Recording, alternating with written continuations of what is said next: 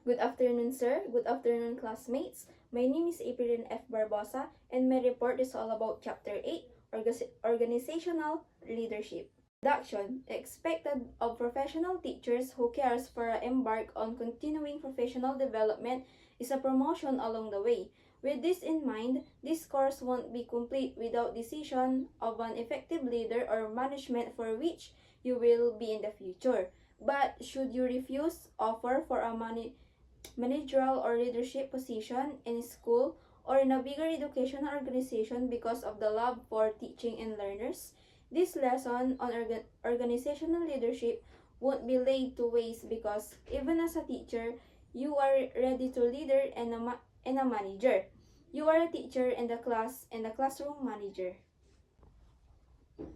So yung sa organizational leadership, ito yung example. As a teacher tayo, dapat kailangan din natin na example maging class manager, and then kailangan din natin na isigurado na yung class natin is okay ba sila. As a organizational leadership, ito yung na-organize natin kung ano ba yung mga pagkakasunod-sunod ng mga ituturo natin sa students natin, or mas na-organize natin kung ano ba yung mga content or mga kailangan natin na gawin para mas maging okay yung pagtuturo natin sa mga bata. Dahil sa organizational leadership, mas okay na organize tayo as a teacher para yung ituturo natin sa mga bata is mas maganda at mas may matutunan sila. Organizational leadership. In organizational leadership, leaders help set strategic goals for the organization while motivating individuals within the organization to successfully carry out assessments in order to realize those goals. In the school setting, the school leader helps set the goals, targets for the schools, and motivates teachers, parents, learners, and non-teaching profession and other members of the community to be their tasks and realize the school goals. So yung sa organizational leadership din, mas nakakatulong ito kapag may collaboration yung community, and then you as a teacher, yung mga parents, mga bata, and then yung sa mga school head. Mas maganda na may school goals tayo and then may target tayo na dapat sinusunod para mas maging okay yung kalabasan ng gusto nating mangyari. Example, in the school activities and whatsoever.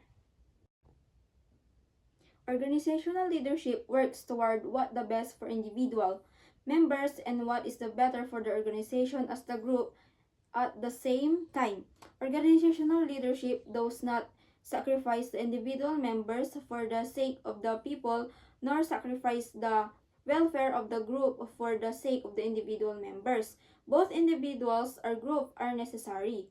Individual and then organizational leadership is also an attitude and the work ethic that improves and empower an individual in any role of the lead from the top, middle, or bottom of an organization. Apply the school setting. The school leader helps anyone from the organization, not necessarily from the top, to lead others. An example of this leadership, which does not necessarily come from the top of the organization, is a teacher leadership.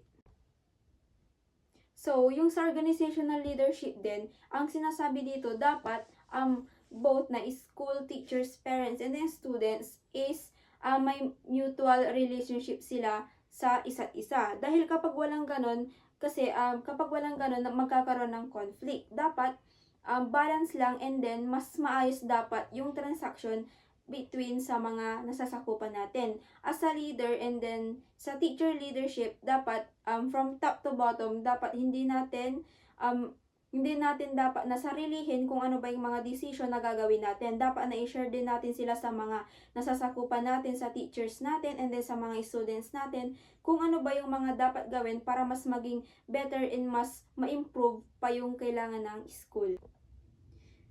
Thank you for listening. That's all of my reports. My name is April F. Barbosa. Thank you, sir.